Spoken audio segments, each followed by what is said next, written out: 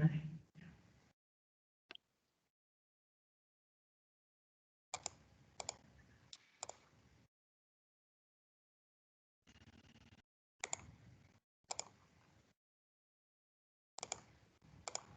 Right. Yeah, okay, thank you. And good afternoon, everyone, and welcome to the Planning Committee. It's nice to see you back, Councillor Smith, and back. Let's hope that things are on the road to recovery for you now. Thank you. And the first item on our agenda is apologies for absence. From Councillor Will Evans, Chairman. Just the one, thank you. Item 2, are there any disclosures of personal or prejudicial interests? Anyone? No? Thank you. Item 3 is to approve and sign the minutes of the previous meeting as a correct record. You see them on page 1 and 2. Somebody move that as a true record, please. Okay. Yeah. I move. Yeah. Thank you both. Item 4, are there any items for deferral or withdrawal? No, Chair. There are none. Thank you. And before we do go into the actual agenda, Ian is going to give us a briefing. There's some legislation that's now on the public, open for the public. And Ian, so to you. Thank you, Chair. Members may have seen on the update sheet that was circulated earlier today that Welsh Government has recently updated some of the national planning policies. Future Wales, the National Plan 2040, is the new National Development Plan for Wales. It influences all levels of the planning system and is a material consideration in consideration of all planning applications. It's a framework which will be built on by the Strategic Development Plan at the regional level, which is yet to be produced, and the Local Development Plan, which the authority already has. Essentially, when the reports were prepared for the committee, the plan hadn't been published. Since the publication and adoption of the plan by Welsh Government, we've gone through the reports and checked compliance with Future Wales. And just want to inform members really that all applications are in accordance with the Future Wales Development Plan. So any decision that is made by committee will need to take into account that Future Wales plan.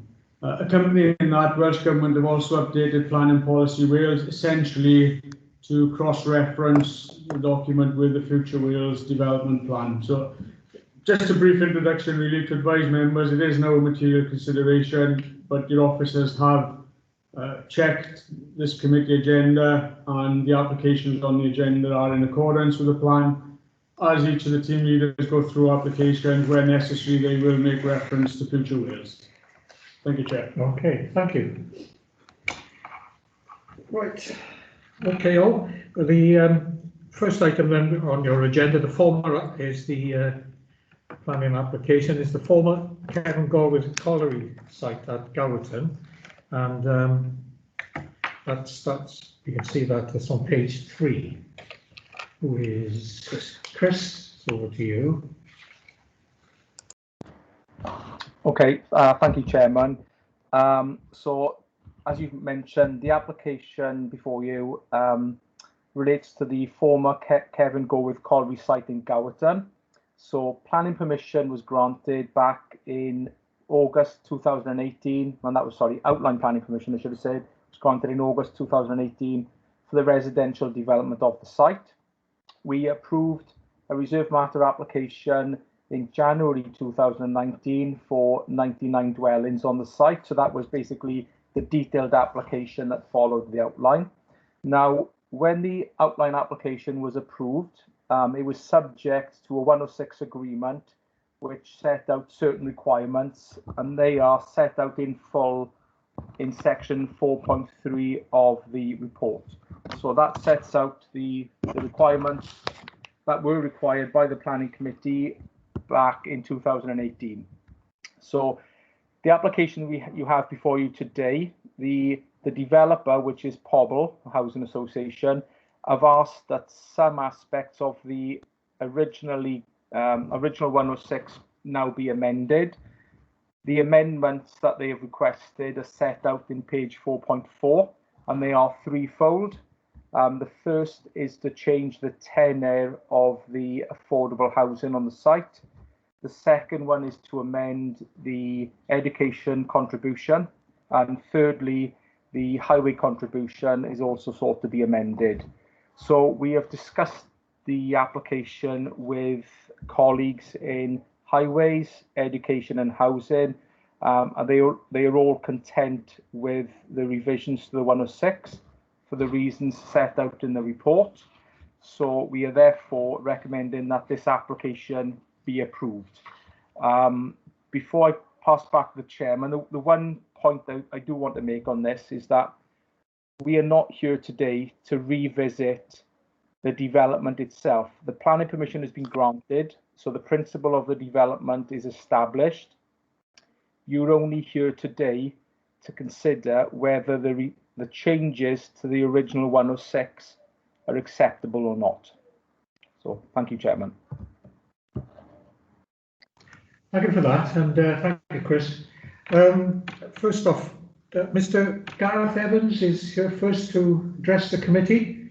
Mr. Evans, you've got 5 minutes to address the committee. Chair, can I interrupt? Chair, sorry to interrupt you. It's Councillor Evans here. Oh, right. I've been to the hospital. I've just arrived home and I've just come in now, 5 minutes into the start. So just you to know, I'm in on this meeting. Okay, thank you. Okay. Mr. Evans.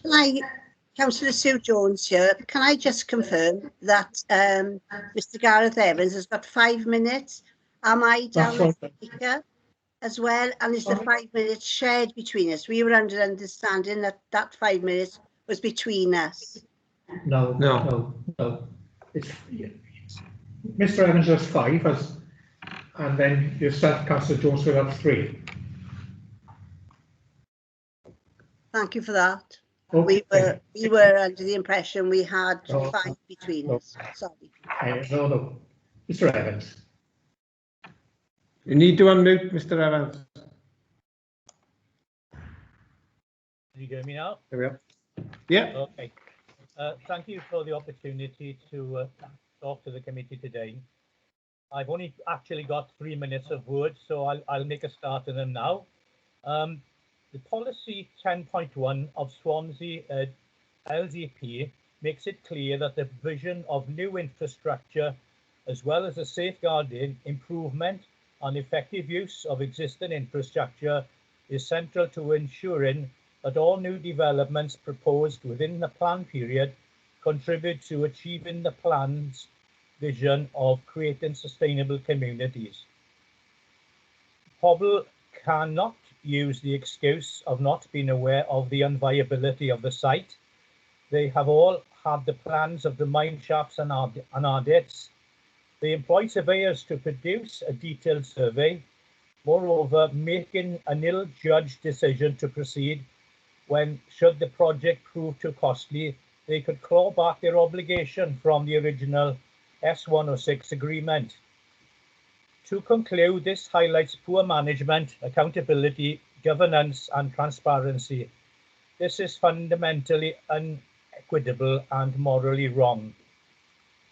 The Future Generations Act 2015 defines a sustainable development as a process of improving the economic, social and environmental well-being to include cohesive communities which are attractive, viable, safe and well connected, with the responsibility to enhance a natural environment with the capacity to adapt to climate change. This authority has blatantly demonstrated its disregard to the Statutory Act and its community. I respectfully challenge the figures supplied by the Education Department regarding school places, with Gorwith Road site 99 houses, also George Manning Way 44 houses. Given the mean of 1.7 children per house, the statistic would suggest nearly 200 children. Where is the evidence? The pressure on the English medium places would hitherto be greater for Gowden as most places in Goir are transported in from other parts of the county and beyond. Wenarroedd Primary would need to accommodate additional children from the new Briffin Road development of some 45 houses, which could equate to up to 70 children. The road crossing provision to reduce the contribution from 35,000 to 20,000 is totally unacceptable. Gorwith Road residents reporting high-speeding vehicles that necessitates a token crossing, which is light controlled to alleviate fatalities. We cannot downgrade the safety of our residents and children. In the view of social justice, democracy and equality, I wish to appeal to this planning committee to carefully consider this amended submission. Thank you for listening.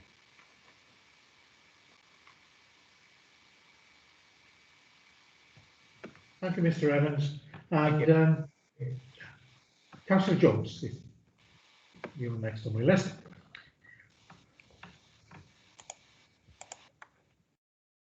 Thank you for the opportunity to talk to the committee. The application for can you hear me? Yeah. Right. The application for 99 houses was granted with a 106 agreement, given the amount to all education except Gowerton Comprehensive School, to help with the additional children that would attend local schools. The education focused that here was a need to give money because of the increased pupils in all schools, both English and Welsh medium. Also, there was a need to improve the highway provision of crossing control by lights on Gorwith Road. This again was to improve the safety of the people in the community to cross a very busy road. Is it not policy to provide 15% for affordable housing? So why are Pobl offering 30%? Is it to influence the planning committee and ultimately Welsh Government if this decision to allow the reduction of the 106 is refused? Why don't they reduce social housing to the compliant 15% and the sale of the other houses would fund the education requirements? There were over 300 objections to this planning application, which emphasised the destruction of wildlife and woodland areas at this site. Many objections with local knowledge highlighted the many mine shafts on the site and the presence of toxins also on the site. Unfortunately, Pobl was granted this application by the chairman's casting vote. Pobl have destroyed the area during these investigations, altering the soil levels and removing many mature trees. This has already caused flooding in the garden of Gorwith Road. Should we look forward to a similar situation that has happened in Skewin in the last few weeks? The cost of these investigations should have been estimated at this stage. It is not the community that should pay for their inefficiency. Developers are using the system to reduce their costs. I feel that the 106 agreement should be upheld. Is it not a legal document? The application to reduce these costings and reduce their contribution to Gowerton is appalling, and you as a committee can prevent this happening. This application has again had over 340 objections, which shows the feeling in the village. The authority has a duty to protect our community and uphold the original 106 agreement. This contribution is needed to address safety issues on Gorwith Road and to assist in the delivering of education to our children. I hope the planning committee will refuse this application and uphold the original 106 agreement. Thank you for listening to my objections. Thank you. And then Mr. Baxter is the agent who now has 5 minutes to address us. Thank you, Chairman and members of the Planning Committee, for the opportunity to address you today. I represent Pobl Group in relation to this application to modify the terms of the Section 106 agreement attached to the planning permission for the site. The decision by Pobl Group to make the request to modify this agreement was not taken at all lightly.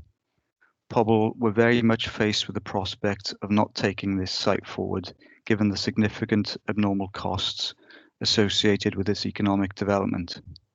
However, their drive and ambitions to deliver 10,000 affordable homes over the next 10 years in Wales means that they are determined to bring forward such difficult sites for development. It's acknowledged that the original request via this application was to remove all of the education contributions. However, following a thorough up-to-date review of forecasted capacity figures at the English Medium Primary School by your officers, it's been concluded that the request can no longer be justified in planning terms, albeit there was still an overriding planning need to maintain the Welsh medium contributions sought. Pobl Group have accepted this position and are in agreement to the revised position set out by your professional officers.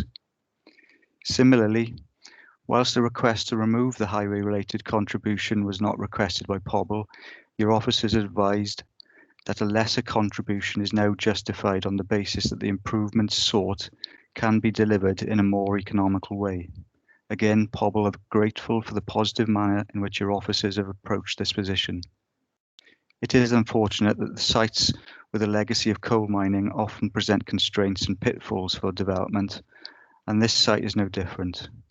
Pobl are very much committed to completing this high-quality development of 99 homes, whilst delivering 67 of those homes as affordable housing in an area of high housing need.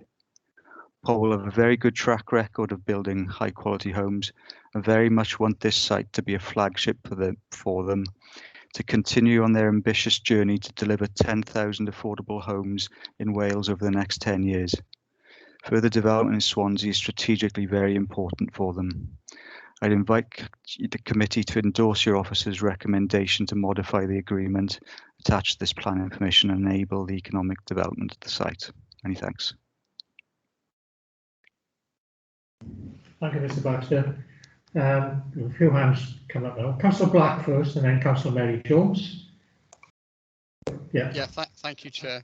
I've just been reviewing the previous planning application, and I think it's quite clear from that application that the difficulties which Pobl have found on this site were very clearly highlighted at that time. Just as one passage here, there are 9 mine shafts and adits on the site. The whereabouts of underground galleries is uncertain. The Coal Authority says that plans of the workings are incomplete or missing, which makes subsidence a danger. The site is also contaminated with arsenic, beryllium and lead levels above normal accepted levels for health. That's just one paragraph in the representations that were made to the committee at that time. So clearly, when Pobl took on this site, they were aware of the risks and they were of the costs which would be involved in carrying out this site.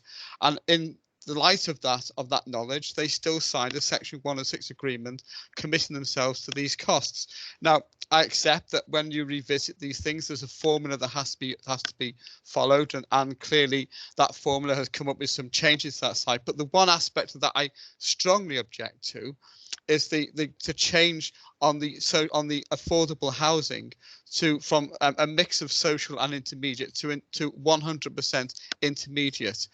Intermediate housing could be up to 75% of market rent, which is affordable to a number of people, but not to everybody, whereas social housing is far more affordable to many other people.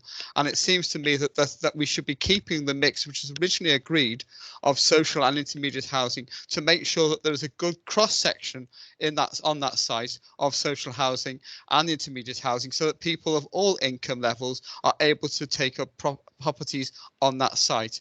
If this change is set out as it goes forward now with 100% intermediate housing, I will not be able to support it for that reason. Thank you, Chair.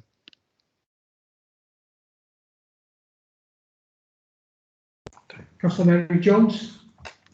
Thank you, Chair. I've got like a similar point. I was looking back at the original permissions, but if you recall, we actually went on a site visit to this site, and it was difficult enough to access the site, let alone anything else.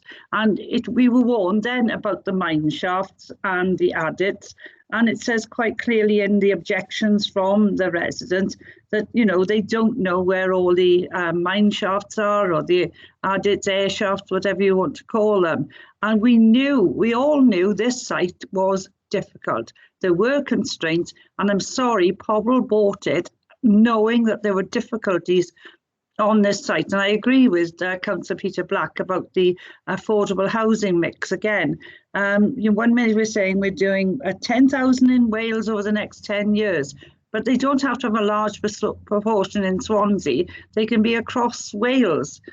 And the other thing I was a little bit alarmed at is they've taken the money out of education, and it is only a forecast that the children will want to go to the Welsh school. They might equally want to go to an English medium school. And we know that Goward Comp hasn't had any investment in it, and there was nothing put in for Goward Comp.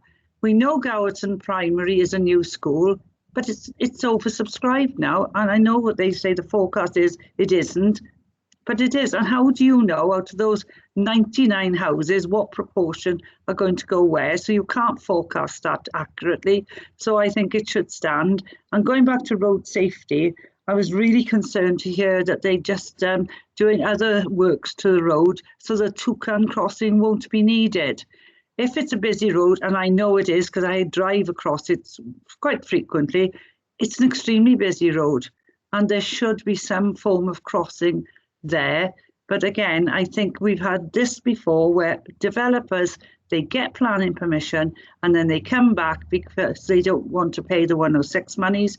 We had it over in Birch Grove. I remember the former councillor Bob Clay was really on his soapbox saying how he disagreed with this because they'd had their planning permission and they knew whatever the difficulties were. And I understand we had it in Sketty, in Fern Court, and there's quite a few around the authority that I can think of. So please, I think it should stand as it is. That is what the planning permission was given for. And I'm sorry, the developer should have known what the pitfalls were. I'm using Phil Baxter's word there, pitfalls. And I think that we should keep and refuse their application today to have a change to the 106. Thank you, Chair. Thank you. Richard Lewis. Chairman? Yes. Can you hear me, Chairman? Yes. Oh, thank you very much, Chairman. I couldn't quite hear you calling me. Actually, when I found out about this, my first thing comes to mind is buyer beware. Whenever, you know, you've got professional people purchasing the land, they've done a survey, they ought to know what the content is on that site, which I think is important. But what I find strange is that the Education Department originally came up with £670,000 for the Gowerton School because there's not enough desks and chairs in the school. They've got to share desks or in the corridors. I know it. And of course, the thing is this, in Monksland, where we've had a very good council houses built by family housing, we had 14. It's brought in at least half a dozen children to the local school, which is very good because it keeps the numbers up. Now, if you're going to get 100 houses coming in there, that will bring in an awful lot more boys and girls. But I also think, you see, that I am surprised that if we've got an education department and they came up with a figure of 670,000 and they reduce it to 370,000 and now they want to drop it all together. I would like actually for the Director of Education to explain how his department came up with these figures and how they reduced them. Certainly, as far as I'm concerned, I think it is a scandal that they are getting away. They are getting away with this, and I certainly will not support this sort of operation. I often wonder. I shouldn't say it really, because if anybody goes in and buys a property, they know what they're buying. The Housing Association will at least have 16 and 17 million cash back on this one, which is substantial. And I think that it draws into doubt then the professionally in which they looked into this. They came up with these figures, I tell you what, if I was a businessman and I was getting a grant, or I was having to pay for a grant, and I was looking at 670,000, and I get down to 370,000, I'd be over the moon. But to get away with nothing, I tell you what, we're giving gold bars away. And I'm definitely against this. I would like the Director of Education to explain how he's worked out these sums, and I don't think it's fair. Thank you, Chairman. No other? Anyone else wish to speak before I call Chris Healy back in? No? Oh, Chris, there you are. I've got my hand up, Chair. Sorry, Councillor Thomas first. Yeah, then, okay. sorry. Yeah, I did put my hand up earlier. Yeah, okay. There's a lot to agree with what has previously been said by members. Yes, the members of the public did outline the potential difficulties, and yes, we all accepted what the difficulties would be, as did Pobl. But you know, we are where we are, and if we want this development to continue and provide housing for people in need, then we need to think of where we are today and look for a way forward. Pobl, as a housing association, I assume we consider their application no differently than anyone else, any other housing developer, and that's the line we are taking. Zebra crossing instead of a toucan crossing. I assume the zebra crossing can be light controlled. I mean, there was a mention there that you know, it was necessary to have a traffic light controlled crossing. Well, can't we have a zebra crossing with traffic lights on? The report on education is no, it's the education department has contributed to the report that's in front of us, and they are the officers that we employ. So we should accept that they can, you know, what they are telling us. If we refuse this application and the costs of development have to be absorbed into the development, then I would assume that the standard of the properties when they are finished are going to, you know, have to absorb the extra cost. I don't think that would be very good at the end of the day to have you know, less of a good standard. We should be looking at providing top class standards, you know, however much is affordable. So we shouldn't, you know, that's a risk we take by refusing the application. So whilst I agree with a lot that's been said, that, you know, the surveyors and so on should have taken all this into account. But you know, as I say, we are where we are today, and we need to look forward, not back. Thank you, Chairman. Councillor Mike Lewis. Thank you, Chair. Yeah, can I just remind everyone, it was our own education department that put forward the initial figure for the 106 contributions. It is now that same education department, after reassessing their calculations, now have no objections to the revised financial proposal listed in the application. Similarly, our highways officers have not raised any objection to the change in the type of crossing proposed for this application, because they in their opinion, it would make little or no difference whatsoever. Given all our officers support these changes, we have to ask ourselves, would we have passed this application back in 2019 if these current proposals had been in the original application? I, for one, would have approved this application,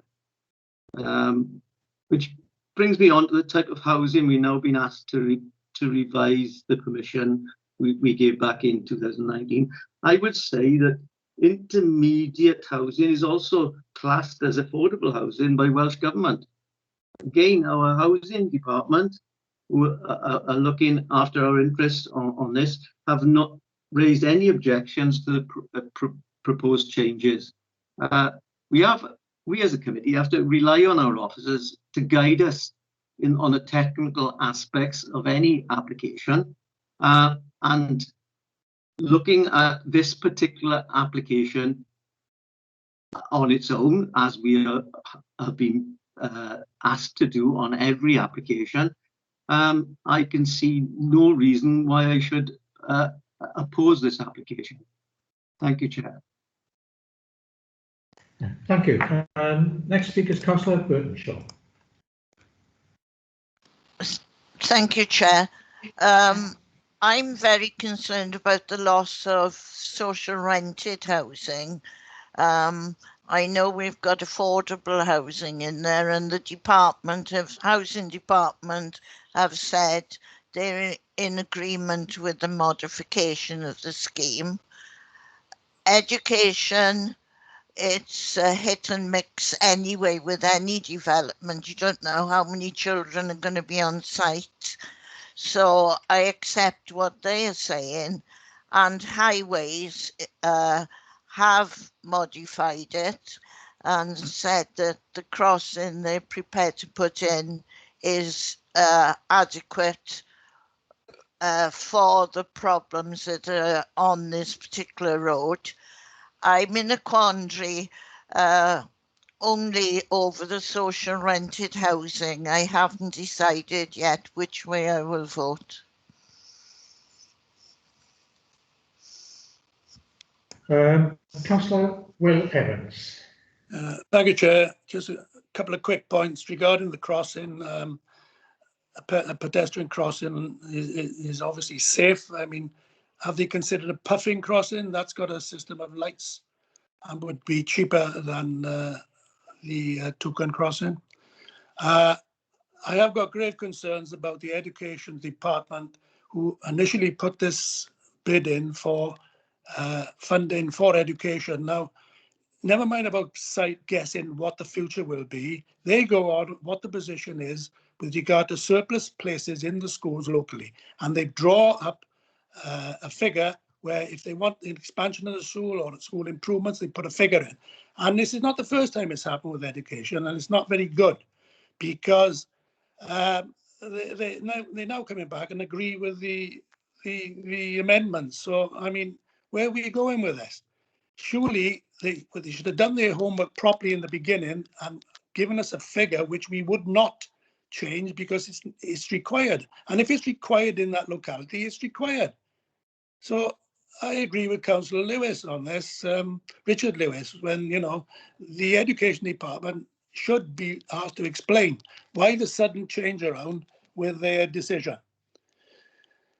So that's all I want to raise at this point. Thank you. Councillor Mike White. Yes, thank you, Chair.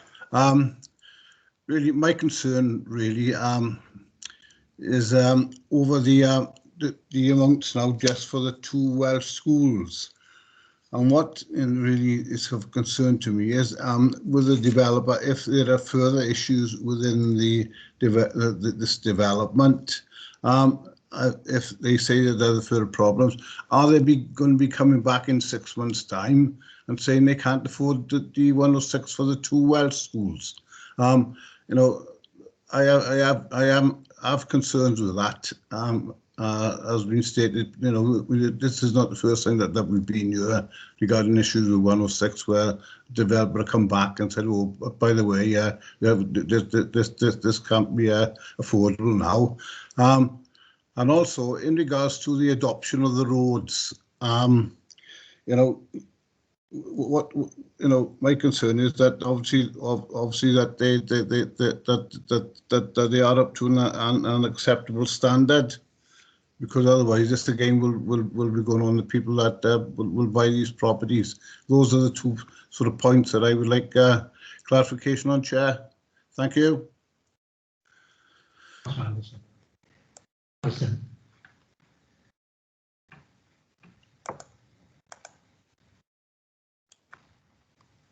Councillor Anderson. Thank you, Chair. I too have two issues. One is the first one with the Education Department again coming back and changing their mind. And secondly, I agree with Councillor Will Evans. A zebra crossing, as far as I'm concerned, is not good enough. Okay, they can't afford a toucan. We go for the pelican. Because that road, I do agree again.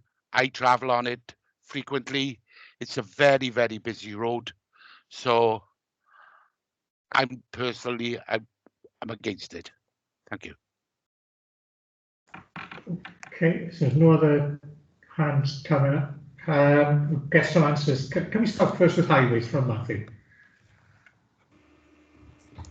Hi, thank you, Chair. First of all, just on the crossing, it's not a lesser form of crossing, it's just a different form of crossing, I think. At the time of the original application, the only legal crossing that could be used by a cyclist was a toucan, or that's the same form of crossing as a puffin. It's got a controller, it's got signal heads, and that's the only thing that we could recommend. Now, since the original application, the traffic signs manual has changed, and we can now install parallel zebras, which is a zebra crossing with an extra crossing next to it that can be used by a cyclist, and it operates in the same way as a zebra crossing. We've got these going in, they're rolled out across the city now. We've got them all through town on the Kingsway. There are no additional safety risks associated with zebra crossings over signal control crossings. In fact, signal control crossings can sometimes speed cars up. I mean, given the nature of the road, I appreciate it is a busy road, but the sight lines and the vehicle speeds are perfectly acceptable for the installation of a zebra. And had the application come in today, it would have been a parallel zebra that would have been recommended rather than a toucan. And sorry, Councillor White asked about adoption. This application was only to vary the 106, so you have to excuse me a minute because I can't quite remember what the internals were like, but I don't recall any issues with regard to the potential adoption of the internal carriageway. I'll have to look that up because I say they didn't form part of this application. Right, and then Jonathan, would you like to come in? Yes, thank you, Chair. I'd just like to emphasise to members that all planning obligations that the Council requests must comply with the Community Infrastructure Levy Regulations 2010. So this must be the tests under the regulations must be considered in respect of all the obligations, i.e. that the obligation is directly relates to the development, that it's reasonable in scale and kind, and that it's necessary for the development in planning terms. So any obligation that we request, it must comply with those tests, because otherwise you could be open to a legal challenge if we requested an obligation which doesn't comply with the tests. Thank you, Chair. Thank you. And then Chris Healy, do you want to come back in? Yeah, okay. Well, there's obviously been quite a few queries raised, Chairman. I'll try and go through as many of them as I can. So, I mean, the main reason that this application was submitted to us is obviously the developer said there were viability issues with the site. And I know several members have referred to the fact they should have known this beforehand. So I think it's true that Pobl were aware that there were going to be a lot of abnormal ground conditions at the site. What they were not able to do, however, before we determined the 2018 application, was to carry out intrusive site investigation work. So your intrusive and site investigation works are those where you need to get, say, a drilling rig on site and actually drill into the site to establish what ground conditions are like. So since the application was approved by committee 2018, Pobl have cleared the site, have carried out those works and obviously realised that the build costs associated with the development are going to be abnormally higher than originally anticipated. That is the main reason that this application is before us. So, as I say, we've looked at everything afresh. Now, Matthew has already spoken about the change to the pedestrian crossing, so I won't kind of dwell on that. The two other changes, which I mentioned previously, are to the type of affordable housing, which I'll deal with first. So in terms of the affordable housing, it is now proposed that it is 100% intermediate. I understand that Pobl are proposing the intermediate housing to be shared ownership housing. Bear in mind that Pobl are the developer, so you've got the 30% affordable housing, which is going to be intermediate housing, shared ownership. In addition to this, Pobl are also proposing 34 social rented housing on the site as well. So outside of the 106, there will be 34 social rented housing controlled by Pobl, and the remainder will be open market housing. So what is being proposed by Pobl is basically 32 market houses, 34 social rent, and then the remaining 30% will be the intermediate housing. So there's more or less an equal split of a third, and a third. In terms of the 106, we can only control the 30% by means of the 106, and that will be the intermediate. So when the estate is built up, there will be quite a nice mix actually in terms of tenure on the site. As mentioned earlier, our colleagues in housing have looked at this and they are perfectly satisfied with the affordable housing all being of an intermediate tenure. As planning officers, we've got no reason to doubt what our housing colleagues are saying, so obviously we've accepted that advice in good faith. Moving on to the education issue, the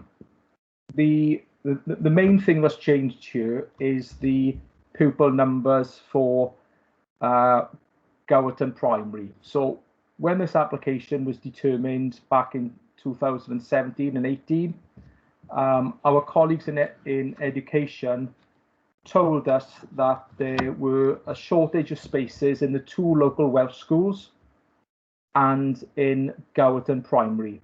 Now, since then, there have been changes to school numbers or projected school numbers in Gowerton Primary. And what we are being told is that next year's projection, so 2022, it is projected there will be 26 spaces available in Gowerton Primary. The development has been calculated as generating 27 primary school age children which will want to go to the English school. So we are saying there is a shortfall of one space, and our education colleagues are saying even though there's a shortfall of one space, if they did ask for money for that one space, they would not really be able to do much with that amount of money. You know, you clearly can't build a classroom out of the fee for one additional child. So they are just concentrating on the two other sums of money for the two Welsh schools, which remain as it was when we determined the application 2.5 years ago. So that's the only change in terms of education, in that the figures have changed in the last 2.5-3 years. And I think the important point to make here is that if the original outline planning application was before us today for the first time, what we are asking for in terms of the revised 106 is what we would be asking for anyway. We are not asking for any more or any less than we would be if this application was before you for the first time, Chairman. Thank you. Got some, wanted to come back in here. I got Councillor Richard Lewis. Well, Chairman, I'm looking at the figures, It's going to be 16 or 17 million pounds for the development. And we're talking about how can we save money on a Belisha crossing or a zebra crossing, whatever. But the thing is this, currently, the English school, there is a shortage currently of spaces within the school. Some of them haven't got desks, they haven't got seats, and they are full to the brim.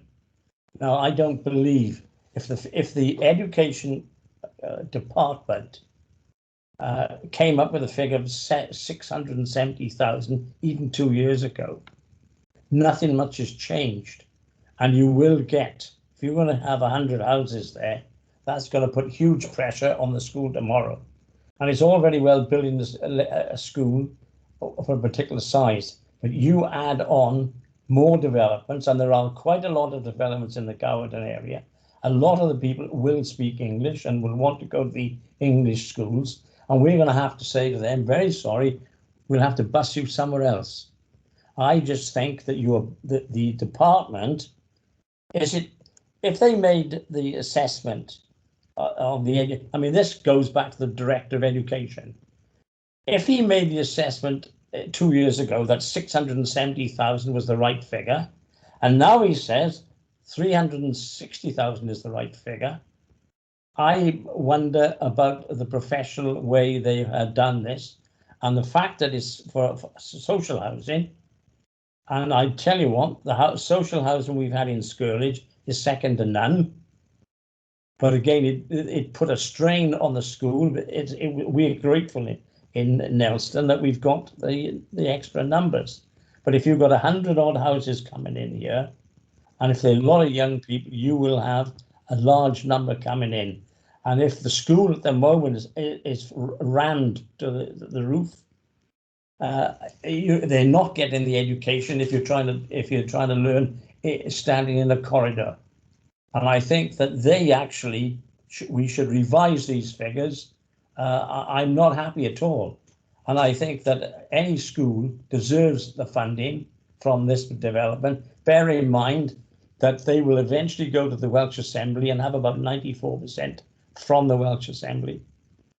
And here we are dithering over a crossing and giving them an easy ride on the 106. I actually think, as a committee, we should either invite the Director of Education to come and address us and tell us how did he come. I'd like to know the numbers in the schools at the moment. So I'm not at all happy, Chairman. Thank you. Councillor Birkinshaw. Thank you, Chairman. Could I ask Mr. Healy to clarify something for me, please? In August 2018, they applied for outline planning permission and they surveyed the sites. Having done that, were they aware when they put in detailed planning in 2019 the problems that they were going to encounter? Okay, we'll get to the answer to that in a minute. I got one or two more speakers. Councillor Black? Yeah, thank you, Chair. I'm very confused about the response on the affordable housing, because on paragraph 4.9, it clearly says that the proposed changes, namely altering the tenure split of the affordable housing from 30% intermediate and 70% social rented to 100% intermediate, are considered to be acceptable. So what we're saying, the social rented properties which were in the section 106 are now all intermediate. Now, Mr. Healy says there's going to be an X number of, I think, 30 odd social housing, but those social housing are not therefore bound by the section 106. The only thing bound by the section 106 are intermediate. And then to make things worse, they're shared ownership, which in my view is very unaffordable because you're paying a mortgage, rent and the service charge.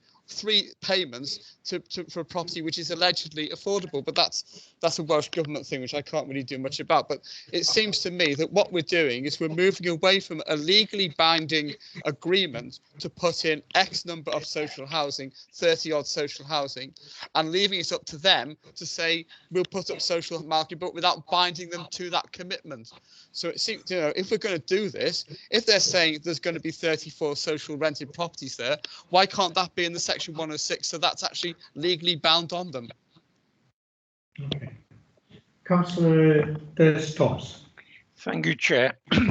If that mix was unaffordable, there'd be lots of empty houses around, but there aren't. People can afford this this mix of costs and mortgage and so on, and it is a good way of youngsters in particular starting off on the housing ladder and making progress. As regards to the inflammatory statements of Richard Lewis, I cannot believe that Gowton School has got not enough desks, not enough seats, and children are standing in the corridors. Whichever way the committee decision goes today, I think we should clarify that situation and perhaps have a report back at the next planning committee to find out just exactly if we are being misled by Councillor Lewis or not. Okay. Thank you. Councillor Mary Jones. Thank you, Chair. It's just going back, sorry, again to the education and their forecasts. And we must remember these are forecasts.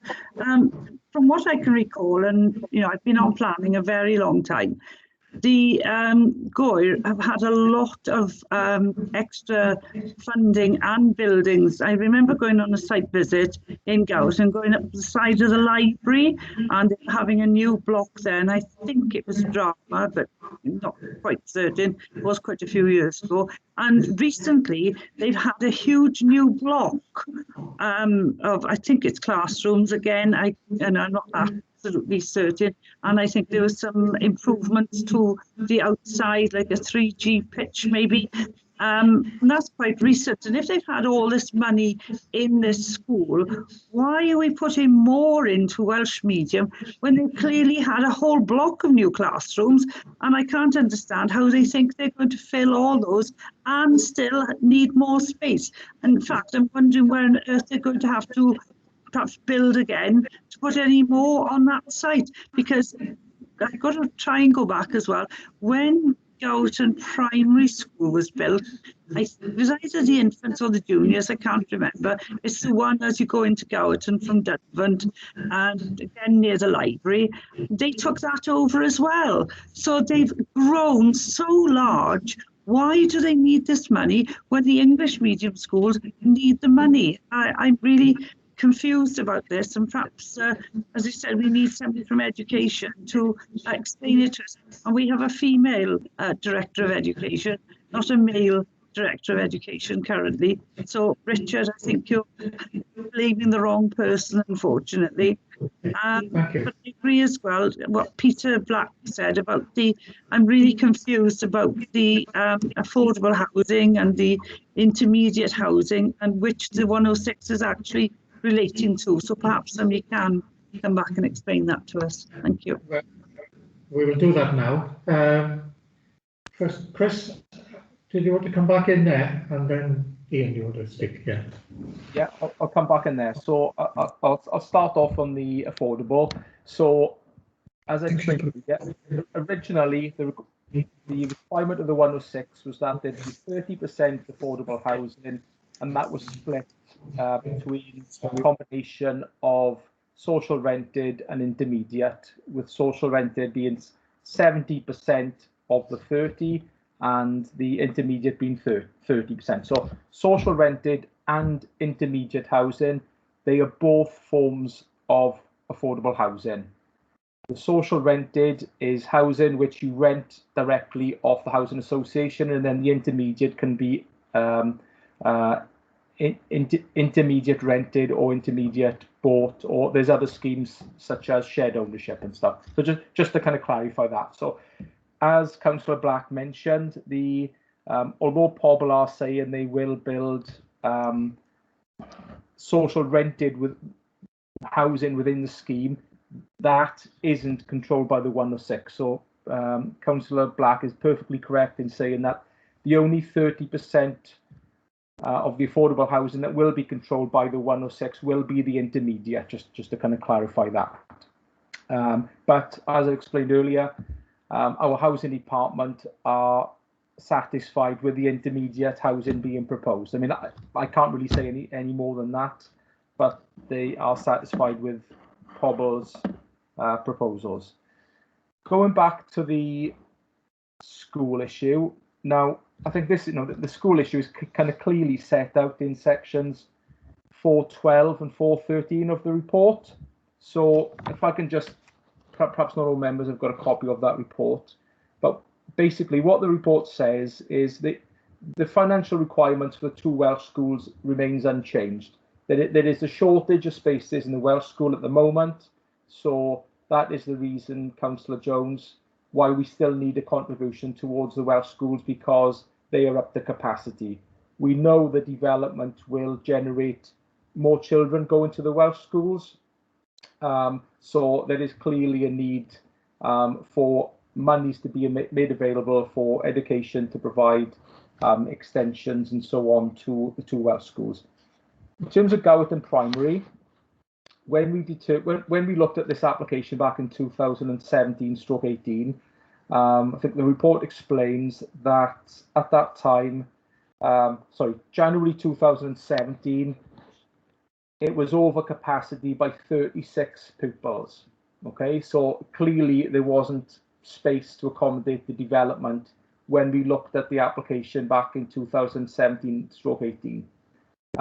However, things have changed. So at the moment, the latest figures we've got from education, they are saying that as of January 2020, there are 8 unfilled spaces in the school, which is Gowerton Primary, and next year there'll be 26 spaces. So as a planning committee, you are not able to ask for money for the development when there is already space in the school. You can only ask for money when the development is causing a problem of some sort. So if the local school has got capacity to cater for the development, you cannot really ask for money. So that is the reason why we are no longer asking for money for Gowerton Primary, because they have got, or they are going to have sufficient capacity by next year. I mean, John can advise you on this, but from a legal perspective, we are not entitled to ask for money when there is no requirement for us to do so.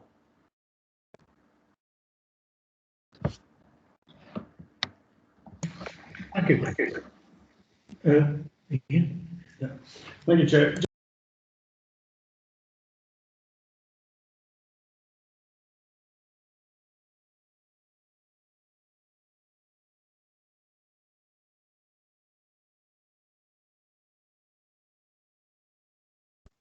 Someone on mute. Yeah, thank you, Chair. It's I just want to come in on a couple of points. The point about education, and there's been much made of how the original request was over 900,000 and how that was reduced. In terms of calculating contributions for education, there's a formula in planning policy, SPG, which identifies the cost per pupil. And it also has a split then between English and Welsh medium education. So the original figure, which was requested, took into account the number of children that would be generated by the development. And there's a formula that calculates, based on the size of the properties, how many children are likely to be generated by a development. But as Jonathan has said, there are tests which we have to look at when we consider Section 106. And one of those is whether the contribution is necessary. So following the initial request, as officers, we've had to look at what capacity is available in the schools. And if there is capacity in the schools, then under the still regulations, you can't ask for a contribution because that contribution is necessary. So following that initial assessment on the original application, the figure in the 106 took into account capacities in the school and reflected the demand for places that weren't available in the school at that time. So the financial request back in 2017-18 reflected the position at that time. The application is coming now to vary the Section 106 agreement, and as has been indicated, the application was submitted initially on viability grounds by the developer. However, as part of the process, we have to consider whether the original Section 106 agreement was still fit for purpose, whether it served a planning need. As part of the consultation exercise, it's been made clear by Education that the projections for the Gowerton Primary School have changed since the original application. There's now only a shortfall of one place, and based on that position, the financial request that the authority can make for Section 106 has changed. So you'd only be making a request for one place, and as Education have indicated, the amount of money that would be generated from that one place would be insufficient to make any significant contribution. The cost of development would far outweigh the cost of the contribution. The application itself didn't make any provision to change the highway contribution, but as part of the application, as I indicated, we have to assess the position, and Highways have come back and said that based on the current position, which again is different to a few years ago, a suitable crossing can be provided at a lesser cost, hence the request for a reduced contribution for highway improvements. Going back to Welsh medium education, the application did make a request not to pay them, but we've indicated in discussion with Education that contribution is still required, and the developer has agreed to pay that contribution. So in summary, really, the contribution that is proposed in the recommendation for the 106 agreement now reflects the need and isn't really based on viability. It's based on the best information we have from our consultees and the best evidence we have. And based on that information, the Section 106 effectively would be what we would ask for, as has been indicated earlier in the debate. That is the position today, and that is what we would ask for through a Section 106 contribution if this application was being submitted for the first time now. Thank you, Chair. Okay, thank you. Thank you very much. Okay, Chair, yeah. can Mr. Healy respond to my point of clarification, please? Okay. Chris.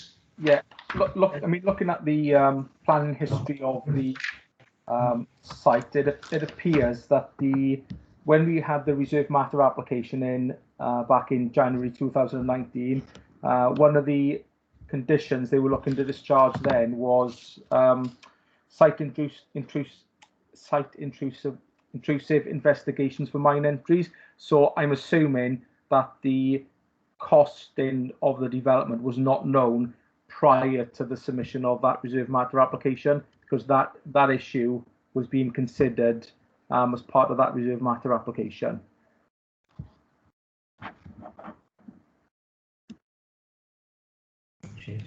Okay, thank you. Okay, thank you. And members, we've just heard presentations. We've heard presentations from the objectives from the local member, from the agent for Pobble, etc. And also contributions from members present. Councillor White. Yes, Chair. Can I just have clarification that the developer isn't going to come back at a later stage to try and ask for the removal of the 106 from the Welsh School? Can I have clarification on that, please? Councillor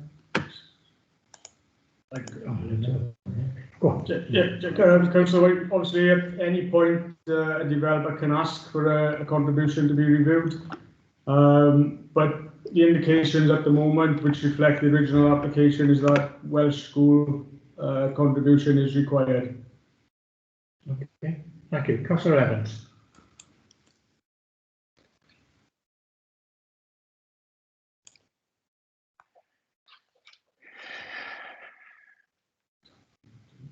Ron Wilter. Right, sorry about that. Going back to what Mr. Davis said in relation to education contributions, there seems to be an anomaly which I'm not really happy with. I mean, we're talking about 2 years hence. What would be the position today if the Education Authority, guess what? We want to ask the developer for extra money. In other words, 1,750,000, whatever. We're going to ask the developer for more money because 2 years have gone on and things have changed. It wouldn't happen. So why is it that the developer can put this in now?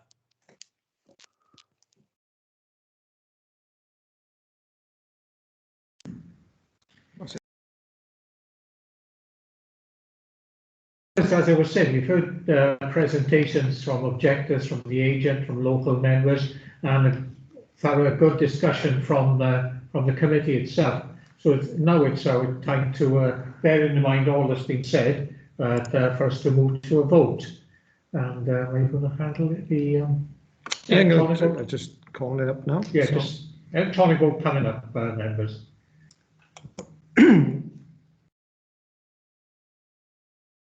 Yeah, the vote has been launched. So if people can fill it in, or if they can't see it, that they can indicate, then we can take a verbal vote then.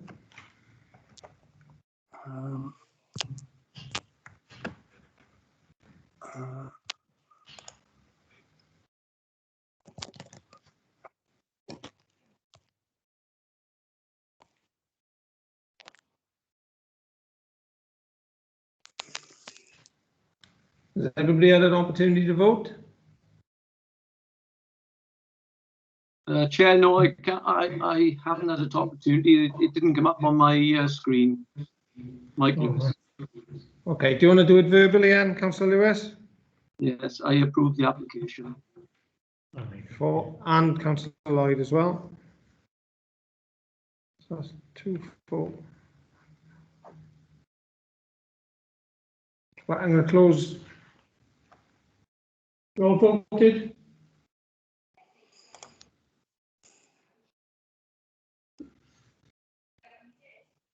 So we've got. Oh, that's. I can't see this. I'm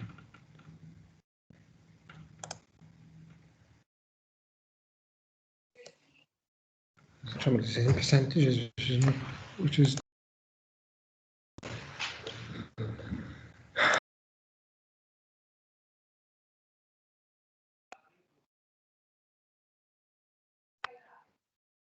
How many members are present, Chair? We didn't have a roll call to begin with. All members are present, but the votes are come up in a percentage, not figures. Yeah. So we're just working it out, sorry. Okay.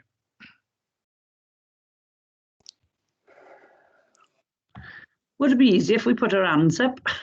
The figures are available in the chat. Yeah, it's sometimes you've got to go into chat to get this. Yeah, 6 against and 3 for, plus the, so it'd be 6-4, wouldn't it, or 6-5 if the chair isn't voted.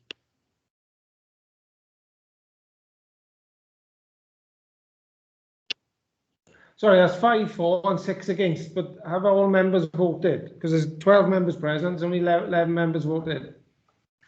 So can I go through? Councillor Anderson, have you voted? Yes, I voted. Councillor Black? I voted. Councillor Burtonshaw? I voted. Councillor Evans? Yes, I voted. Councillor Jones? I voted. Councillor Lewis? Mike Richard Lewis? Lewis? No, Mike Lewis? Yes, he voted verbally. Yeah, verbally. Councillor Richard Lewis? I voted, Chairman. Thank you. Councillor Smith? I voted. Councillor Des Thomas? Yes, I voted. Councillor Linda Taylor Lloyd?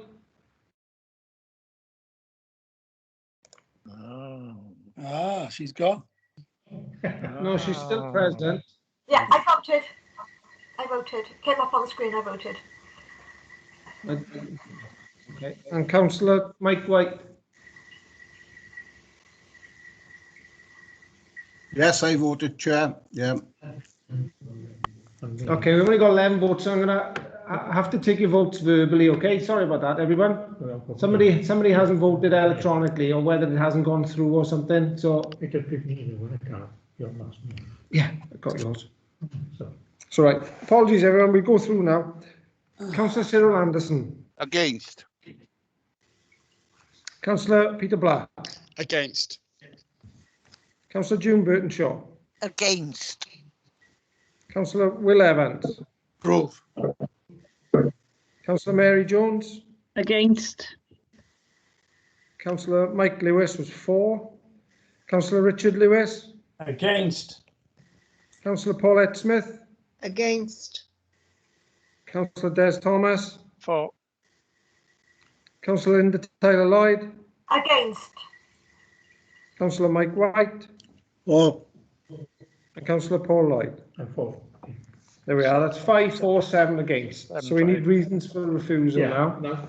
So that recommendation, members, has been refused, whereas it was for approval. So we will now need reasons for the refusal. Richard.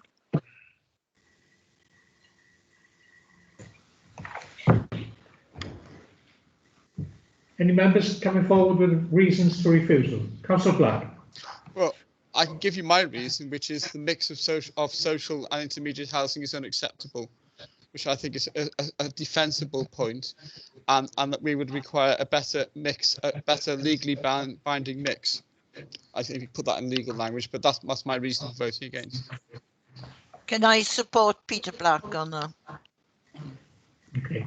Yes, and me, but also we've just heard, I forget which officer saying that when the application first came in, there were 35 over in Gowerton Primary. Now, 2 years later, they're 1 under, but this development is not going to go up really quickly, and it could swing the other way. So I'm still unhappy about the contributions towards the English medium schools. So I think we need to put that in somewhere. I accept the point about the crossing. If the legislation has changed, then obviously there's not a lot we can do about that, as long as there's safe crossing for both pedestrians and cyclists. But I still think the education one, as well as Peter's, is the thing for the refusal. I agree entirely with Mary Jones and with Peter Black, and with June Birkinshaw. Yeah. Agreed. Sorry. But just a second, ladies and gents.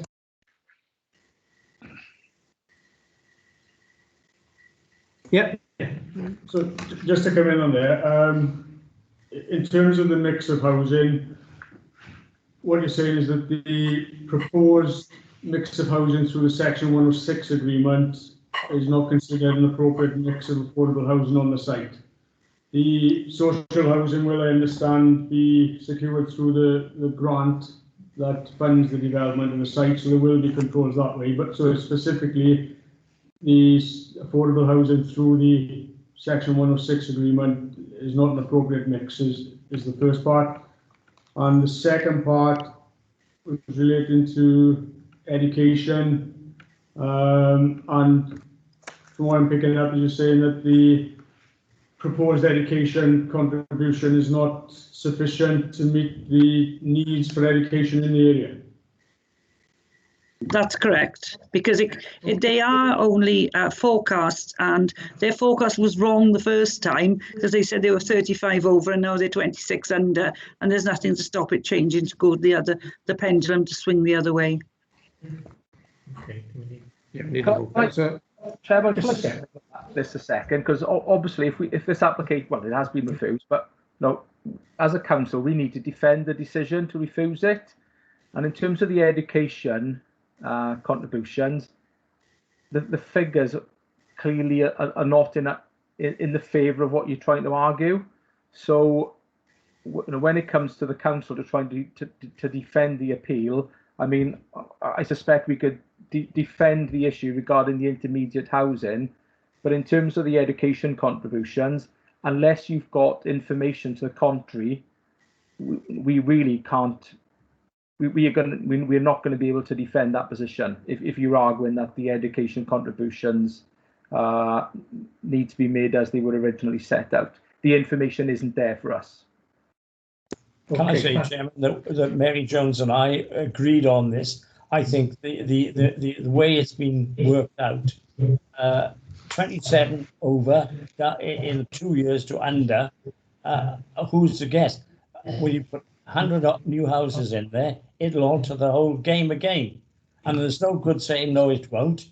When the school is flooded out with applications, we're going to say, oh, it's a pity we didn't listen to ourselves. And then the vote has been taken, and that's it. There's no good trying to change the vote.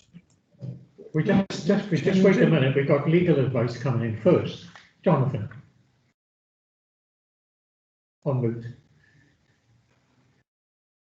You're on mute, John. Thank you, Chair. I was just going to say this, it wouldn't be an appeal against this. It would have to be a judicial review challenge, a legal challenge to the decision, rather than an appeal. Appeal. Thank you, Chair. Okay, thank you. So we want to vote on. So to vote on either one.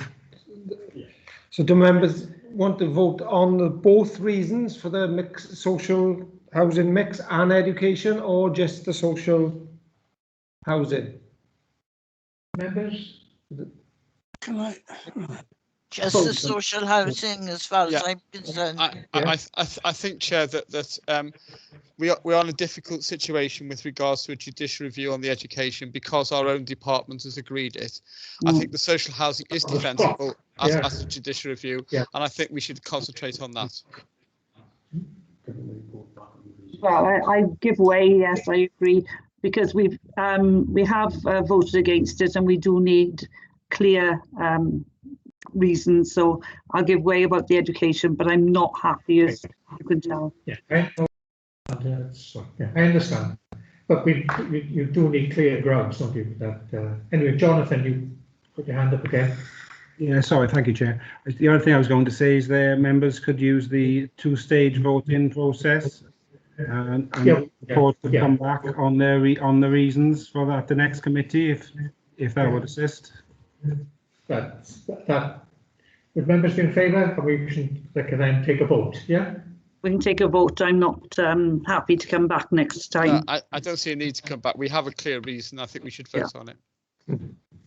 Fair enough. Okay. All right. Okay, I'll take a verbal vote now, because obviously I haven't got a second vote ready. This is on the reason for refusal, which was related to the social housing change. So this is the reason for the refusal now. So Councillor Anderson? 4. Councillor Black? 4. Councillor Burtonshaw? 4. Councillor Evans? 4. Councillor Jones? 4. Councillor Mike Lewis? Abstain. Councillor Richard Lewis? Abstain. Councillor Paulette Smith? 4. Councillor Des Thomas? Against. Councillor Linda Tyler Lloyd? 4. Councillor Mike White? Councillor White? Councillor White, you're on mute. Sorry, against. And Councillor Pollard. Okay, against. Yeah. Okay, so that's 7 for, 3 against and 2 abstentions. So, okay, thank you. Okay, members, and then we move on to item 6, and the first item there is determination of planning applications under the Town and Country Planning Act of 1990, and the first item there is on page 63, and that's at Cwmni de Cairo, that was the quarry. Thank you, Chair. That's Andrews, yeah, sorry.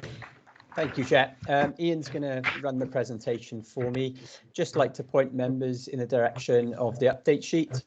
There has been one update since the update sheet was circulated. Natural Resources Wales has confirmed they have no objections to the scheme. In terms of the update sheet itself, as I said, we've just put the policies on of Future Wales. Those would be listed on the decision notice as an informative. And in terms of the changes to Planning Policy Wales, there are no changes to the substance of the section in the report. So if Ian can go to the first slide, please, which is the site location plan. What you'll see is the application is being reported to committee as the outline application was submitted with an environmental statement. So the ES has been updated with an addendum. The site in blue is the outline planning permission, which was granted on appeal by the Welsh ministers in January 2018 for the cessation of the landfill site and the residential development of the site for circa 300 dwellings. That's the land shown in blue. The current site sits within phase 2 of the development and already has reserved matters permission in this area. So it's also worth noting that an application has been submitted for 2 tandem parking spaces and associated landscaping, which is also currently being considered by the authority. And as I said, when I show you the layout, I'll discuss and show you where that is. If you could go on to the next slide, please, Ian. This is a Google Maps view of the site. So the outline site comprises predominantly the dark green area located in the middle of the screen, which was the former quarry, and extends up to housing in the north and east. But this application site, as you could see on the first one, is in the vicinity of the area of the hard standing adjacent to the quarry road. It must be clarified that this Google image is not a recent photo, as development has commenced on various parts of the site, including behind Brodorian Drive and from Weissagwirnin Road, and the trees shown have now been cleared. And you've got Morrison Golf Club adjoins the site to the south. If you could go on to the next slide, please, Ian. This shows the previously approved layout. Things to note are on the northern side of the road, there are 7 properties in the run, numbers 124 to 130, with a grassed area at the rear and the cul-de-sac, and parking for plot 131, which is basically in the bottom right-hand corner, just within the red line, to the north of the plot. You'll note a little triangular area of land, parcel of the land to the north of plot 131. This is the area that's proposed for parking for 2 properties, subject of a separate application, but to be read in conjunction with this application. And in addition, as we'll go on to in a minute, there's no pedestrian link to the lane on the eastern side of the boundary. So if you could go on to the proposed layout next, please, Ian, on the next slide.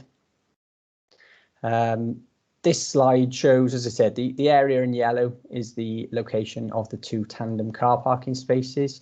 Whilst the properties on the southern side of the road have been changed in terms of the property types themselves, the layout remains almost identical. The key changes are the introduction of an additional dwelling on the northern side of the row, which is actually listed as plot 150 star. That's been added. What that addition has resulted in, if there's car parking at the rear of 124, now provides parking for 2 properties and a visitor space. And the parking for plot 131 has been flipped to the southern side, and 2 tandem parking areas are shown to serve plots 129 and 130, which are in the middle of the row. If you can go on to the next one, please, Ian. We've got a proposed street scene. So this is a street scene of the run of 8 properties along the northern side of the road.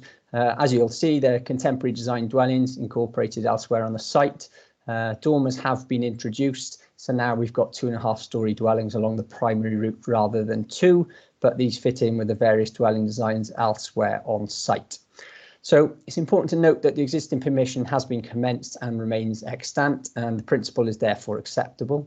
As a Section 73 application, we need to consider the changes proposed subject to the application. As you'll see in the report, there are no objections from Local Highways Authority, Pollution Control, Landscaping, Ecology, Dŵr Cymru Welsh Water, or the Police Designing Out Crime Officer. An objection has been received from the Drainage Officer, stating that SAB approval is required. However, this is a separate matter controlled by separate legislation, and the Placemaking Officer has also objected to the replan on the basis that a footpath link hasn't been provided to Cymru to Cairo Road, as shown on the master plan, and the GI plan is being diminished with the increase in the dominance of car parking in terms of that section in the cul-de-sac on the northern side of the application site. However, the land in question with regards to the footpath link to the east is a private driveway that's currently blocked off, and it was previously accepted it was not possible to provide a link when phase 2 was being developed. So whilst the link would be desirable, it's not deliverable and wasn't provided on the previously approved plans. Whilst it's accepted, the proposal would reduce the green space in the area. As you'll see, that little cul-de-sac is not in a prominent location, and a green area with tree planting will remain on the most prominent corner. and additional greening will also be provided in the area where the tandem parking is proposed on what is currently wasteland. Also of note is that there's no objection from the landscaping officer. So the visual impact, residential amenity, highway safety are considered acceptable and very similar to the previous approval. The tree officer's query has now been addressed and landscaping similar to that previously approved is being provided. So in conclusion, the proposed layout would amount to minor amendments to the original scheme, would result in one additional dwelling and would not result in any significant harmful visual impacts or highway safety impacts. And the officer recommendation is for approval subject to conditions. Thank you, Chair.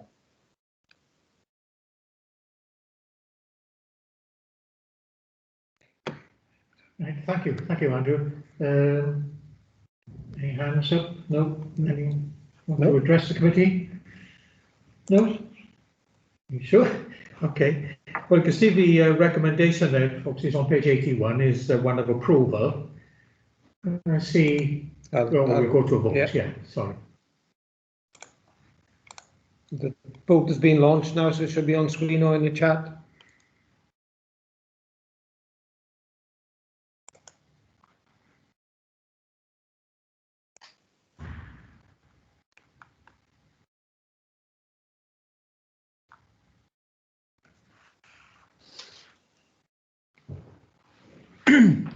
Has everyone had a chance to vote? Okay, look at the results. Very well. Councillor Lloyd as well? Yes. In 4, so is that all in favour? Thank you very much. That's carried. Thank you very much. And then we move on to the next item, which is on the very same place for another reason, though. And Chris, it's your handling this one, yeah? I am, yeah. Okay, yeah, so basically this application relates to the same site as the previous one, albeit that the application before you relates to the overall Cairo site and not just a small part of it as the previous application did. So the background to this is that planning permission was granted on appeal for the residential development of the site. That decision was made in 2018. That was an outline permission which this application relates to. So normally with your outline planning permission, the permission itself lasts for 5 years, but you have normally got to submit your reserved matter applications into the council within the first 3 years. So the developers have done this and for all the different phases of the development, but what they are now asking us to do is give them an additional 2-year period within which they can submit reserved matter applications if they so wanted to do so. So it's not a renewal of the original permission per se, it's just this application is all about giving the developer an extra 2 years to put detailed applications in for the different phases of development if they wanted to do so. If you can quickly go to slide 11, Ian.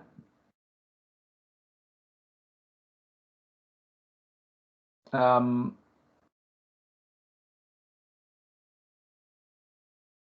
think it's that one. Yep. So as you can see, the top left-hand corner of the site, which is the area outlined in red, that's already been built out. The blue area is currently under construction, and all the other parts of the site are subject to planning applications at the moment. So they're all under consideration. There's a good chance that those reserved matter applications will be positively determined by us and implemented.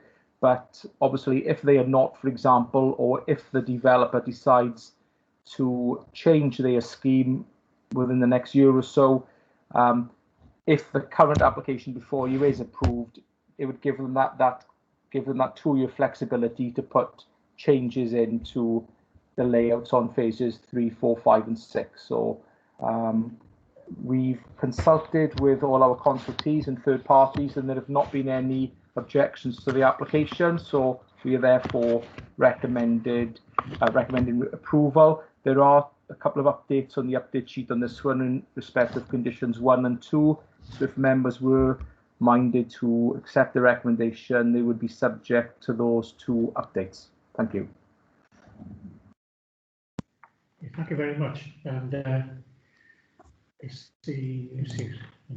anyone wish to speak? No, no hands. Okay. No hands. Go to the vote. Okay. Well, thank you, members. Well, if we look on page 103, you see the recommendations are on there.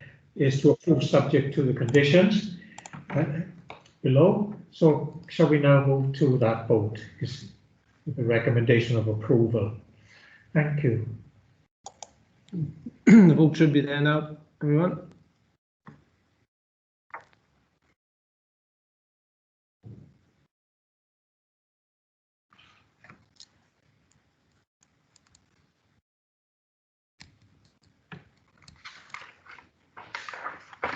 Everybody voted? Yeah. Okay, yeah. And again, Councillor Lloyd? Yes, please. Yeah, in favour, so it's 100% again. Thanks all. Okay, thank you. And then we'll move on to the final item there, which is then page 107, is the former Russell House. That's Liam, isn't it? Yes, thank you, Chair. I'll introduce this item. Application cites the former Russell House. Just wait for the site plan to come up now. It's basically located at the junction of Russell Street and Duke Street, approximately 55 metres south of Walter Road. That contains obviously a mixture of terraced, 3-4 storey developments, shops, offices, bars, residential, and a real mix. And then the site's located approximately 150 metres north of St Helens Road, again with a mixture of shops, bars, restaurants, 2, 3 and 4 storey buildings. Now the existing site is vacant. It's got 2 frontages there. You can see from the red line of the plan, it's on a corner plot there, north and east facing public highways. South elevations adjacent to the vehicle access to Brunswick Court, and the rear west facing the pedestrian route running to the, adjacent to the rear boundary wall of the car park, which separates the site there from the flats at Brunswick Court. So the near surrounding area is characterised by, as I mentioned, high density residential dwellings ranging from 2 to 3 storey traditional terrace houses and 3 to 4 storey blocks of flats. In terms of the former use of the site, I understand it was formerly occupied as a timber yard and sawmill in the late 19th century, and then in the mid 20th century as a bus depot. There was an office building that previously occupied the site, constructed in the 60s, and adjacent to Brunswick Court was constructed in the 1990s. So you'll note from the report that there was planning permission granted on the site in 2012 for demolition of the building and the construction of a new block to accommodate 18 flats. Some changes were approved to the scheme, including the more recent scheme in 2019, which allowed the developer the opportunity to extend the time to carry out that planning permission. So there is a formal permission on the site, which is capable of implementation, and that then forms a material consideration in this new application. In terms of the current scheme before us, it comprises of the erection of a 5-storey block, which would accommodate 21 residential apartments with access, parking and associated works. All of the 21 apartments are proposed to be affordable housing managed by Pobble Group. So by way of some comparison, it's in your report. The approved scheme allowed for 18 flats, resulting in 27 bedrooms. So there were 9 2-bedroom flats and then 9 1-bedroom flats, so sort of 50-50 split there between 1 and 2 bed flats. The current scheme proposes 21 flats, albeit with 24 bedrooms. It proposes 3 2-bedroom flats and then 18 1-bed flats, so a more proportion of 1-bed flats in this scheme. In terms of siting, it's there on the block plan before you. So the siting of the building is across the width really of the plot. You can see it on the bottom left image there, fronting Russell Street and Duke Street. Then the area behind the buildings reserved for the parking provision, provision for bicycles and refuse storage. So you can see on the image to the right hand side the layout of the parking area, and you've got your disabled bays adjacent. Then bottom right there you've got the cycle store and bin storage. So coming on to the design now, on the next slide. The design is modern in form. It features good variation in terms of material and window arrangement. There's a mix of render, face brickwork, mainly there to the bottom levels of the building, and the bands on the side of the building. There's a metal cassette panel cladding denoted on the drawings. I got some visuals later on, so that kind of helps show it in context. The windows then proposed to be sort of powder coated aluminium. So as you'll pick up in the report, the scheme was amended from the initial submission following comments from our placemaking and heritage team. So there's been a bit of negotiation there in terms of the form that's now before you. It has a more refined appearance with better fenestration layout. Some concerns were raised about the height of the building previously, it being 5 stories as opposed to 3.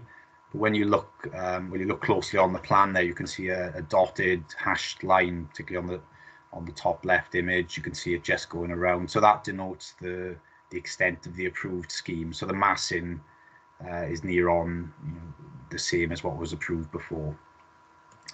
Internally then, on the next slide, you can just make it out. So that's the ground floor.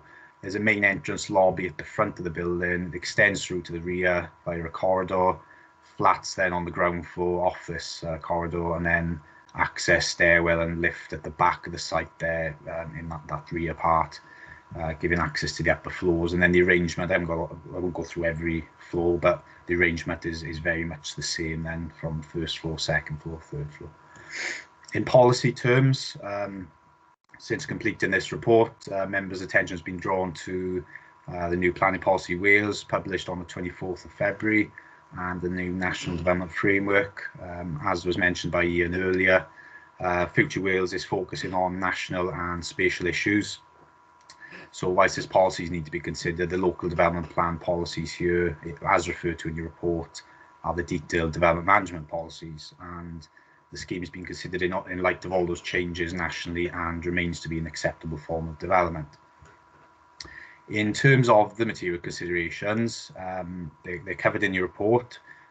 We've set out the principle of development is acceptable insofar that the site is within the residential area. There's an extant permission for a similar scheme, and the site is allocated as a housing commitment in the LDP. Other issues surround design in terms of form and appearance, impact upon the wider area visually, impact upon amenity, and impact in terms of matters such as highway safety. In terms of scale and massing, as I mentioned, the comparison there has been between the previous scheme and the current scheme. In terms of the slides, now I'll take you through the next few slides where we've got some images showing what previously was on the site. So the site, you can see the image there of the office block from the 60s that I referred to. So that had no real design merit, a building of its time really. The next slide then takes you through to the approved scheme. So that's the 2014 approved scheme for flats. And then the next visuals that are shown are the current scheme. So you can see the colour bands there that were on the elevation drawings. It's still quite a large building. It is modern in its form, but you'll cycle through the next 2 images which show it a bit larger, so you can see the context there. So it's been through our assessment process. Our placemaking team are satisfied with the changes that have been made visually. There was a few extra windows added on that street-facing elevation there on the right-hand side that weren't in the original scheme. So we feel the design solution works. Other matters, residential amenity, as mentioned, it's surrounded by flats and residential dwellings in a highly densely populated residential area. There will be ambient noise levels from late night traffic and activity close to St Helens Road and Walters Road, but we don't feel that it would give rise to any harmful impact in terms of future residents or neighbouring residents. In terms of internal spaces, obviously the well-being of occupiers is an important consideration. We've assessed all the flats against our standards, so the standards require a 1-bed flat to have 46 metres squared internal space, and a 2-bedroom flat to have 59 metres squared. So as set out in the report, all the flats do achieve or exceed the minimum standards that are set out in our guidance. Each flat has natural light, habitable for every habitable room in the flat. There's a rear area obviously overlooking the car park. There are additional windows. There is suitable separation distances between neighbours and residents in the area. And having regard to the previously approved scheme, it gives rise to no adverse impacts. Highway safety, you can see in the report there's reference to a requirement for Section 106 contribution, financial contribution that is. So effectively there's a shortfall of spaces in accordance with our SPG. There are 18 spaces required under the SPG. 18 spaces are being provided, but 21 are suggested in the SPG. So what we've said, the site is a sustainable location. The thrust of planning policies is improve sustainable methods of transport. With this in mind, the applicant has provided a financial contribution agreement of £15,000 through our highway authority to contribute to the delivery of a designated cycle track on Walter Road. So there's planning gain in that respect, and in addition to the cycle storage is considered to be reasonable and necessary to make this development acceptable. In terms of affordable housing, well, the scheme is proposing 100% affordable housing, which obviously weighs in favour of the application. However, the policy position is, well, through our LDP, is that the site shall provide 20% affordable housing. So that's not to say that we won't continue to have 100% affordable housing on the site. However, mechanism in place into the future will be in line with that requirement in the LDP for 20% perpetuity. So to that effect, we recommend the 106 agreement to take forward that provision. So in conclusion, subject to planning conditions relating to the detailed matters, things such as samples, provision of the parking areas, some ecological enhancements, pollution control matters, and ensuring that the cycle and refuge areas are to be retained. We feel it's appropriate, acceptable form of development on this brownfield site, supported by national and local planning policies. The site's in a sustainable location, and in comparison to the extant planning permission, this scheme is acceptable in terms of its design and will provide for affordable housing in perpetuity. So on this basis, officers recommend approval. Thank you, Chair. Thank you. Thank you very much, Liam. Firstly, Phil Baxter, you've got your name down to address the committee as the agent. No, thanks, Chair. I'm not going to speak if that's okay. Yeah, okay, yeah, thank you. All right, I've got a list of speakers there then, and the first one is Councillor Anderson.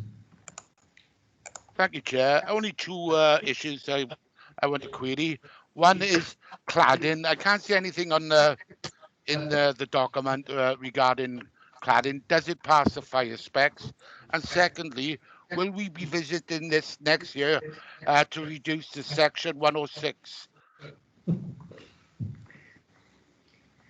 Well, we never know. Right, thank you. No, that's something we can't answer, Councillor, that one bit. Councillor Burtonshaw. Thank you, Chairman. I'm new to this committee. Can you tell me if sprinklers are to be put in all the flats? Yeah, get to the answer for that.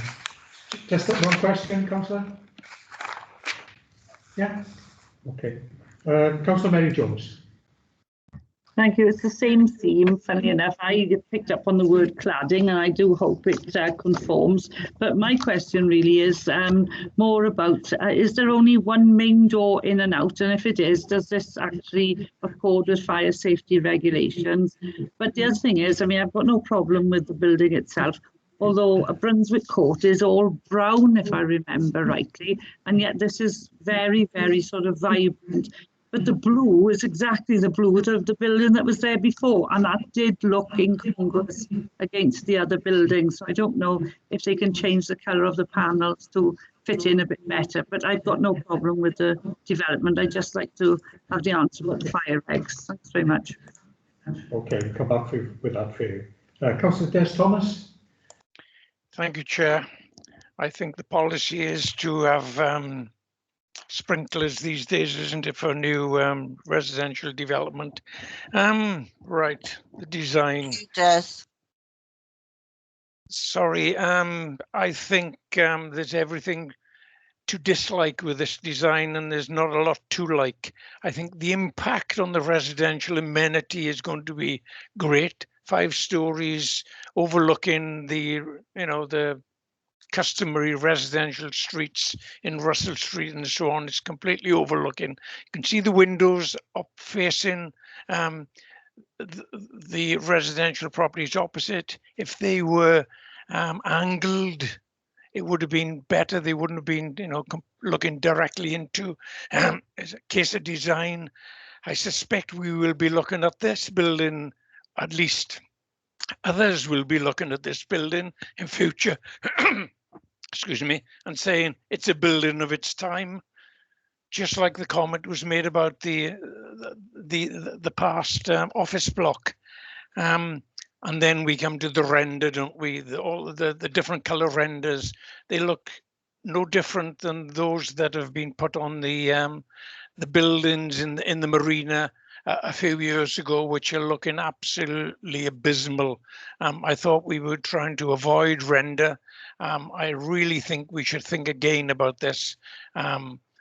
The design and the use of materials isn't satisfactory for this day and age in a city like Swansea.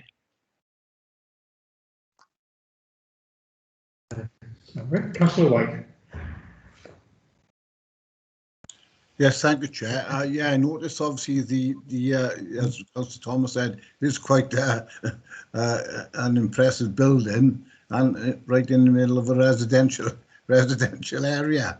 But also the point I really wanted to raise was about because the streets obviously got residents parking because it's so close to the city centre, and there's going to be a shortfall within the spaces within development that we put a condition on that we don't issue parking permits to the occupants of this development, to safeguard the local residents. Right, thank you. Councillor Richard Lewis. Well, Chairman, I thought it looks very smart, I must say.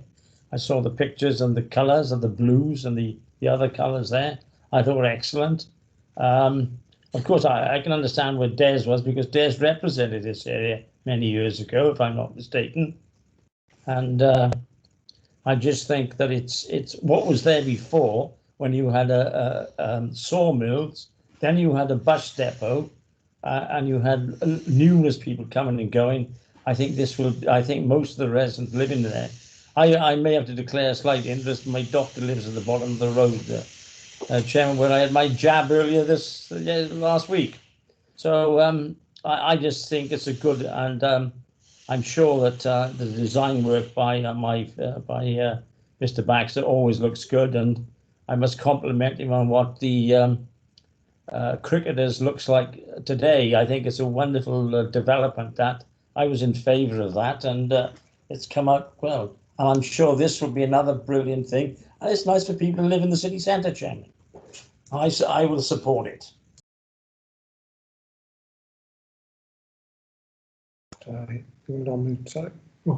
Councillor Linda Tyler-Lloyd. Thank you. I agree with Councillor Des Thomas, strangely enough. When I saw the design that was 2012, 2014, I thought that looked really lovely. I was absolutely astonished at this design. I'm all for the placemaking, because I've been listening to all these presentations and I thought placemaking, good.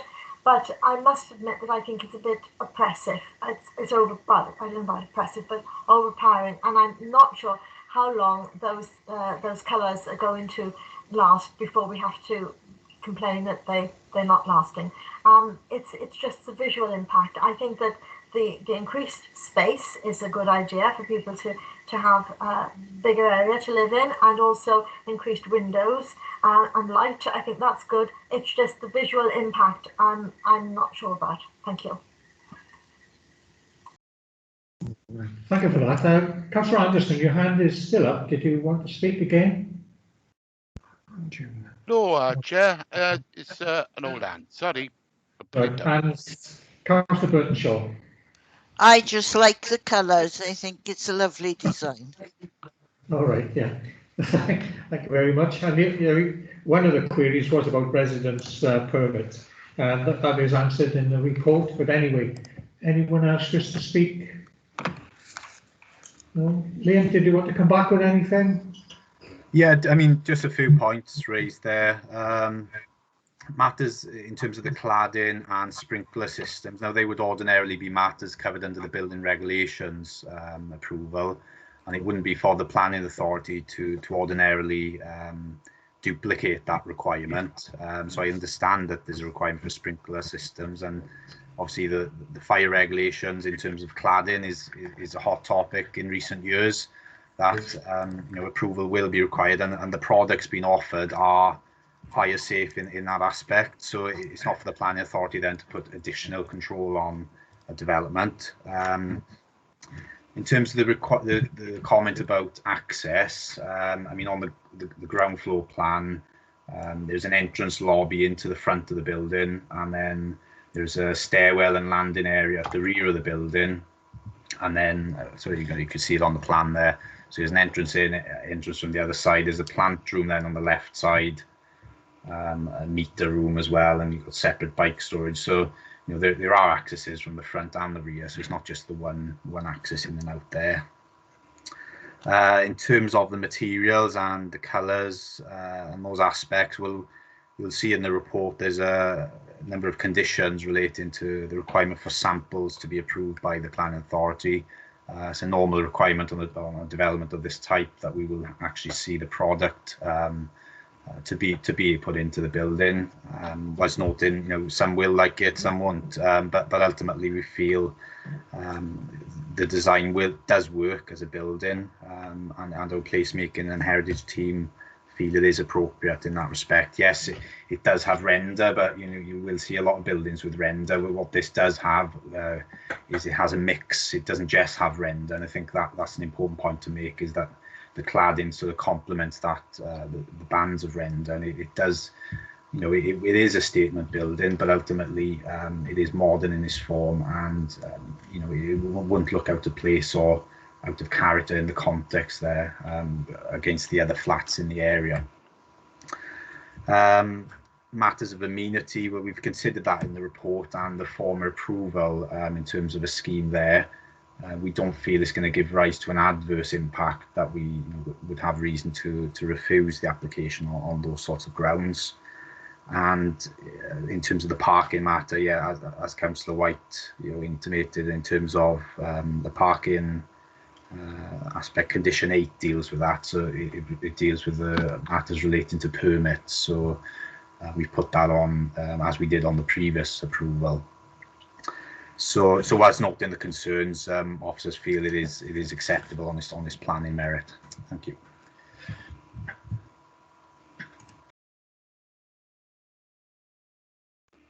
Okay, thank you, Rick. Can't see any other hands up now to speak.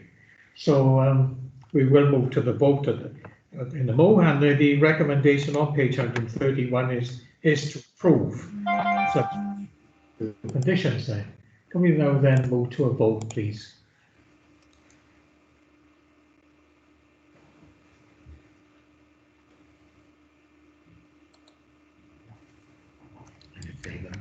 Yeah.